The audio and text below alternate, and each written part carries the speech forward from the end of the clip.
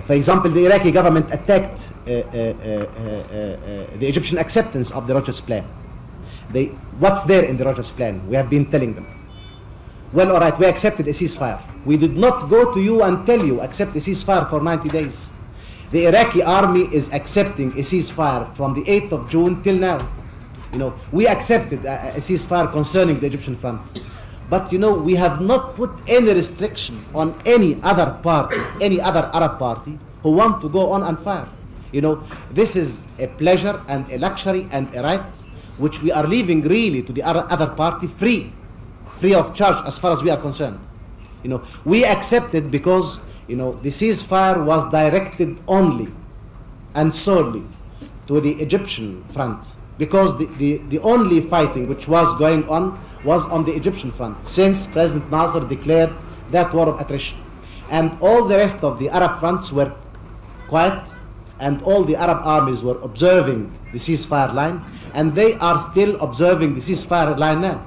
So we were astonished that people who are observing a permanent ceasefire line would object to our accepting a limited ceasefire arrangement. There is a difference between the refusal of the Security Council resolution, and this we give them all right. They are free completely to refuse the Rogers Plan because it's based on that resolution. They are completely free to do that. But we don't think that they have got the right yesterday or today or tomorrow to attack the Egyptian government on that, of its acceptance. We always say to those people who attack our position in the Arab world, if you don't like what we do, please show us another way. Just a question, please, if you mind. In all your research and way of thinking, my name is Paul Bouchard from the French radio. We are very curious to know what are the next steps, or what are the steps of Egypt if Rogers Plan has a success to be applied. Again, well, all right, what is the Rogers Plan? The Rogers Plan is, I have seen a question by you, maybe it's by you. Maybe it's by you. What has been decided for the Palestinians in practice if Rogers Plan is applied? What they going to become? The Rogers Plan is, as I told you, there are two parts in it. One, ceasefire arrangement for 90 days, and then a mandate to, or a directive from the Big Four, the permanent members in the Security Council, for Dr. Yaring to start on to try to put the details necessary for the implementation of the Security Council resolution. That resolution, that means that the main thing now is the return to the resolution. That resolution contained two things. One, withdrawal. Second, the rights of the people of Palestine. In this we can talk from here to eternity. But there is another question for you, in which you asked if we are going to sign a peace treaty alone. That's your question. We are not going to sign a peace treaty. We don't think, we are still at the beginning of exploring a road. The dreams of peace are very far away, and I don't see them where. But Mr. Heckel, will Egypt, according to the acceptance of the Rogers Plan, ever meet the Israelis face to face without Dr. Yaring attending these meetings? I don't know.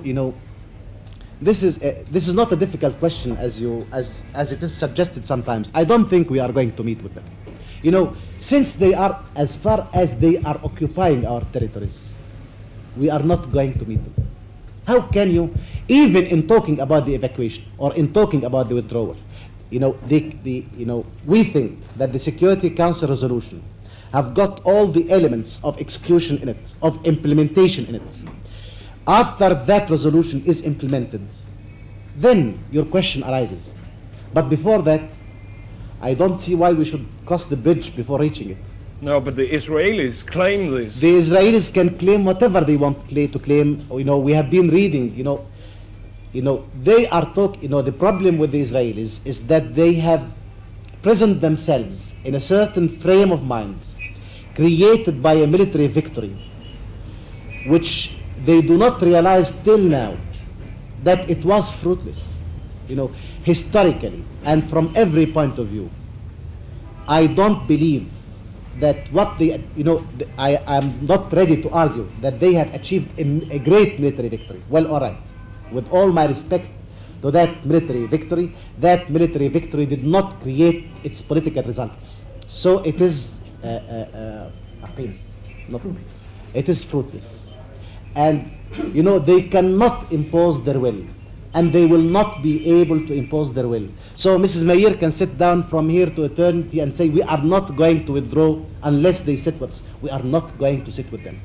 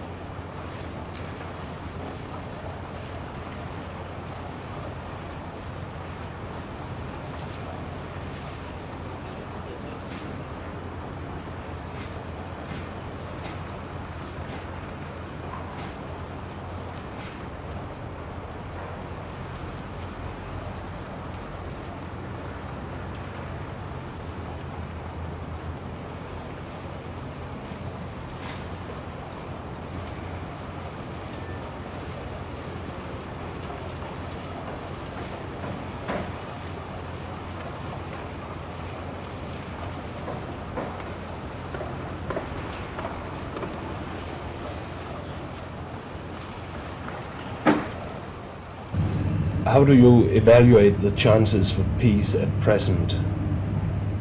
It's very difficult really to evaluate the chances of peace because this depends upon many factors.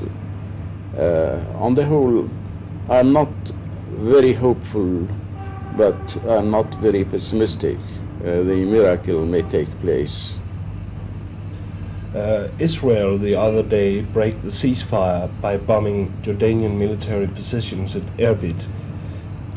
Does this mean that Jordan contemplates not abiding to ceasefire? On the contrary, sir, this we consider a violation by Israeli of the ceasefire. We have always observed ceasefire in our country, and we continue to observe it. The Israelis say they have actually bombed what they call fidain places, but for the last 3 days they have been bombing us in succession.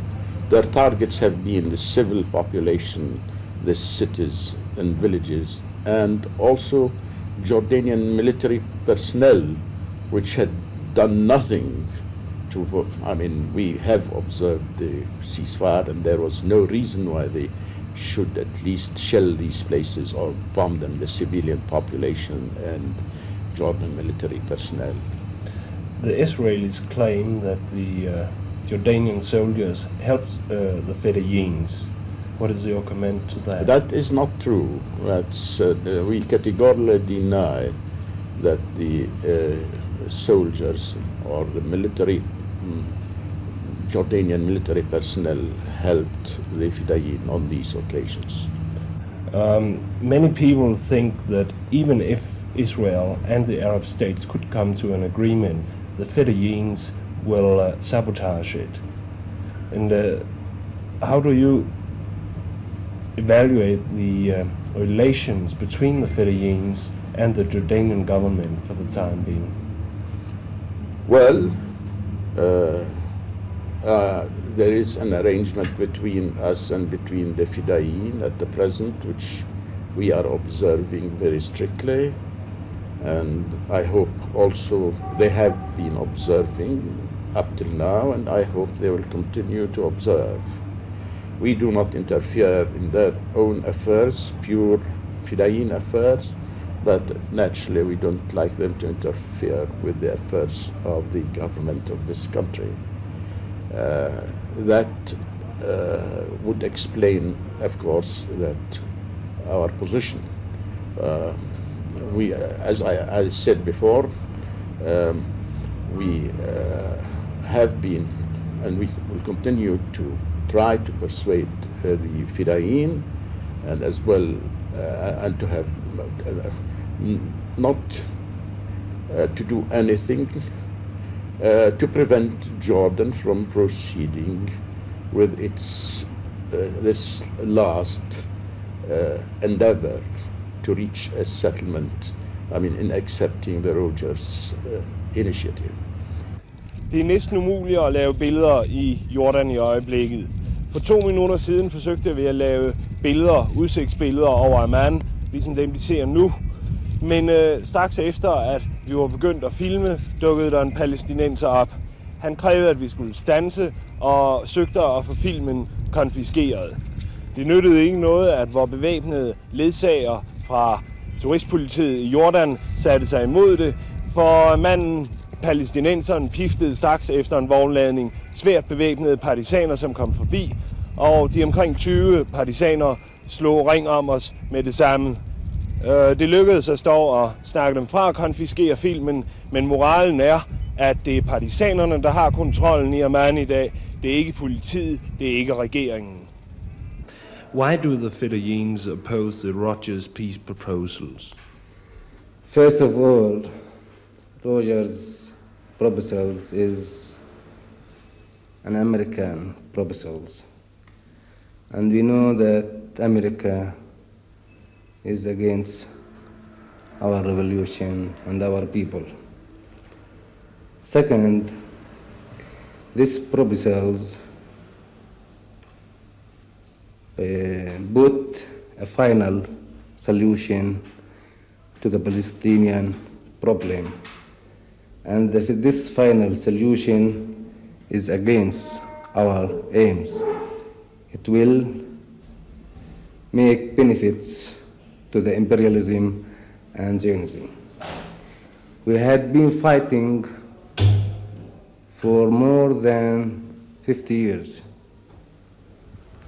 against Zionism, and we refused to recognize Israel as a state, and we still refuse that. Second, this proposals gives Israel a security border and recognized border by the Arabs. And we refuse that because we are against this state, Zionist state, and we are looking to build up a democratic state where can Jews and Arabs live in a democratic way without problems.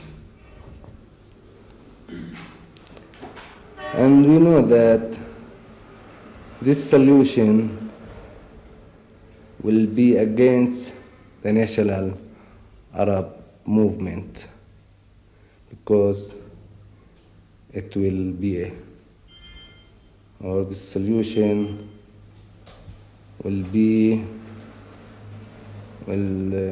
put on the benefits of the reactionary Arab regimes against the revolutionary organization in the Arab world. Do you consider Nasser a revolutionary? Nasser is a national man. He has ruled during these 18 years. And the regime of Nasser is a petty bourgeois regime.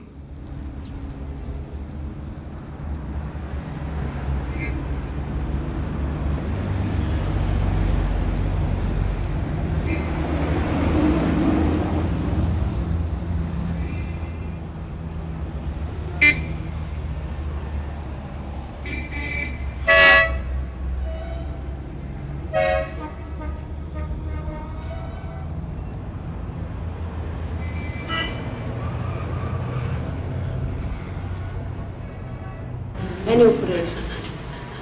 Any operation. Why? That's because of my belief. I believe with everything they are doing. That's because I believe with the rights of my country. That's because we believe with the rights of our people.